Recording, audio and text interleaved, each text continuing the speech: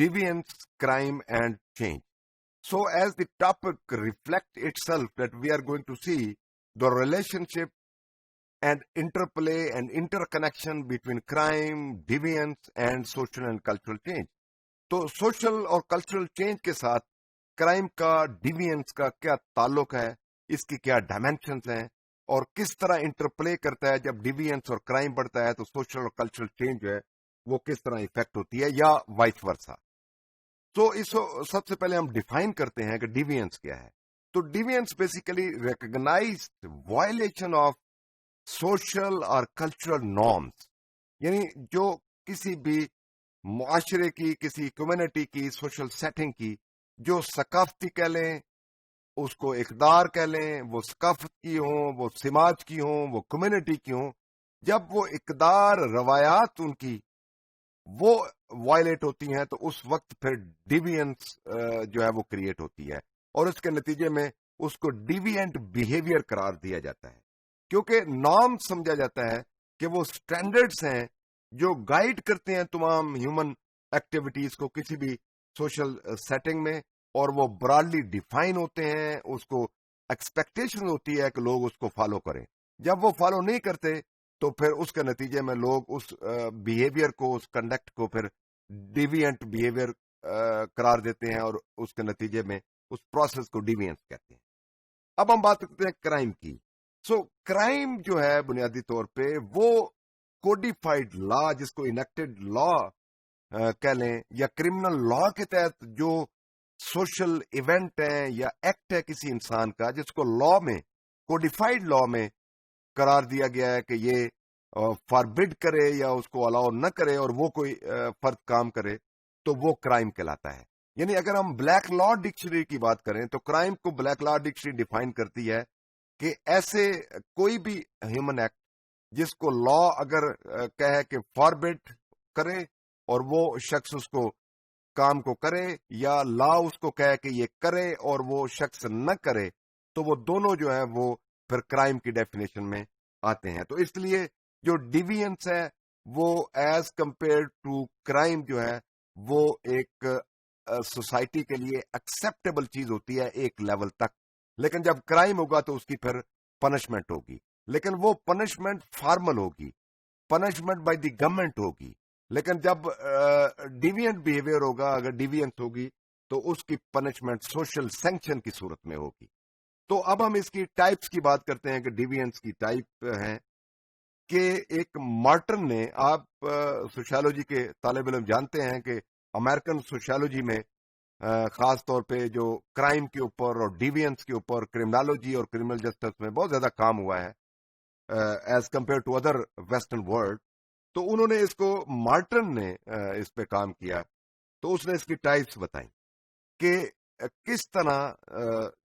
جب کوئی شخص انوویشن کے ذریعے جب کوئی نئی ٹیکنیک استعمال کرتا ہے تو کس طرح وہ ڈیوینس کے زمرے میں آتی ہے، اور اگر وہ ریچولز کو نہیں مانتا، یعنی ریچولز سے اوے ہوا، تو پھر ریچولز کے خلاف بھی کوئی بات کرنا ڈیوینس کے زمرے میں آئے گا. یا پھر تیسری صورت ہے وہ ریٹریٹزم، جس کو وہ کہہ رہا ہے کہ یا پھر صورت یہ ہے کہ کوئی جو سوشل کلچرل اسٹیبلش پیٹرن ہوتے ہیں کہ سوسائٹی کے، پھر یہ ہوتا ہے کہ وہ شخص مانتا ہی نہیں ہے، وہ فرد اس کو انکار کر جاتا ہے، اس کا وہ ریٹریٹ اپنی شکست خوردگی میں ہی اس کو وہ لیتا ہے. اور آخری جو چیز ہے وہ ہے ریبیلین. یعنی ریبیلین کا مطلب یہ ہوتا ہے کہ وہ ٹوٹلی ریبیل کرتا ہے، اسٹرانگلی اپوز کرتا ہے ایٹ ہز اون لیول، کہ جو بھی established structural social cultural pattern ہوتے ہیں سوسائٹی کے، ان کو وہ اپوز کرتا ہے. اور جب وہ اپوز کرتا ہے تو اس کے نتیجے میں جو ڈیوینس ہے ہمارے سامنے آتی ہے. سوشل ڈیوینس کی اگزامپل لے لیں کہ ایک آپ سرونگ کوئی سٹاف ہے، آپ کسی ہاسپٹل میں جاتے ہیں کہیں پہ، تو وہاں پہ اگر آپ وہاں پہ سٹاف کے ساتھ کوئی ابیوز کر دیں، کسی کو اگر ہم کسی کو گالی مثال کے طور پہ دے دیں، یا اس کو کوئی اس طرح کی جو کرائم نہ ہو، جو کوڈیفائڈ لا میں کرائم نہ قرار دیا ہو، لیکن وہ سوشل جو ہے ہارم پیدا کرے تو وہ اس کو ہم کہیں گے کہ یہ سوشل ڈیویئنس ہے. اب جب سوسائٹی سوشلی میجورٹی ڈیویٹ کرتی ہے اس کا چینج کے ساتھ ایک بڑا گہرا تعلق ہے, کیونکہ جتنی زیادہ ڈیویئنس ہوگی سوشل آرڈر سوشل ایکولیبرم سوسائٹی کا اتنا افیکٹ ہوگا. لیکن یہ بھی یاد رہے کہ جتنی زیادہ ڈیویئنس دنیا میں ڈیویئنٹ بیہیویئر ہوئے اور نتیجہ بعض ڈیویئنٹ بیہیویئر پھر پولیٹیکل لیڈرشپ اور موومنٹ کا بھی باعث یہی چیزیں بنی. تو اس پہ ڈیبیٹیبل ایک یہ کانسیپٹ ہے. اب ہم بات کرتے ہیں ڈیوائنس کی, کیونکہ ڈرخائم نے جو تھیری دی تھی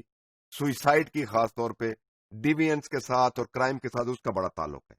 تو اس نے کانسیکوینسز دیے ہیں اس حوالے سے کہ بہت ساری سینکشن وہ کہتا ہے سوسائٹی لگاتی ہے وہ پازیٹیو ہوتی ہیں, کچھ نیگیٹو ہوتی ہیں, کچھ انفارمل ہوتی ہیں, اور کچھ جو ہیں وہ فارمل سینکشنز ہوتی ہیں. یعنی ان نٹشل آپ کہہ سکتے ہیں کہ ڈرخائم کا کہنا یہ ہے کہ سوشل آرگنائزیشن کسی بھی سوسائٹی میں آرڈر مینٹین رکھنے میں انتہائی اہم کردار ادا کرتی ہے, اور اس میں سوشل انسٹیٹیوشن کا بڑا رول ہوتا ہے. اگر سوشل انسٹیٹیوشن ہارمنی کے ساتھ چل رہے ہوں, ہارمونیس وے سے آگے بڑھیں, اپنا رول ادا کریں, تو اتنی زیادہ ڈیویئنس کے چانسز کم ہوں گے, کرائم کے چانسز کم ہوں گے, اور اگر کوئی پرابلم ہوگی کسی انسٹیٹیوشن میں بھی تو پھر وہ ڈیویئنس جو ہے اس کے نتیجے میں زیادہ ہوگی. اب مارکس, جو کارل مارکس سوشیالوجی کے طالب علم بہت جانتے ہیں کہ مارکس کا نظریہ اپوزٹ ہے ڈرخائم کے. وہ کہتے ہیں کہ سوسائٹی کے اندر جو سوشل کلاسز ہے, جس کو ایک کو بوزوا کہہ رہا ہے, دوسرے کو پرولیٹیریٹ کہہ رہا ہے, ایک ورکنگ کلاس ہے اور دوسری کیپیٹلسٹ ہے, ان کے درمیان وہ کہتا ہے ہمیشہ آپس میں کانفلکٹ رہتا ہے. کانفلکٹ کی وجہ سے جو مارجنلائزڈ ولنریبل جو پور کلاس ہیں, جو لیبر کلاس ہیں, وہ پھر پاور لیسنس کا شکار ہوتے ہیں, اور پھر ان کی سیٹسفیکشن نہیں ہوتی, پھر وہ ایلینیٹ ہو جاتے ہیں. اور ایلینیشن جو ہے وہ کہتا ہے ایک کانسیپٹ ہے ایلینیٹڈ مین کا کسی بھی کیپٹلسٹک سوسائٹی میں. تو اس وجہ سے وہ کہتا ہے کہ ڈیویئنس اور کرائم کسی بھی سوسائٹی میں بڑھتا ہے. اس کو نٹشل ہم کہہ سکتے ہیں کہ یہ کانفلکٹ پرسپیکٹو ہے آن کرائم اینڈ ڈیویئنس.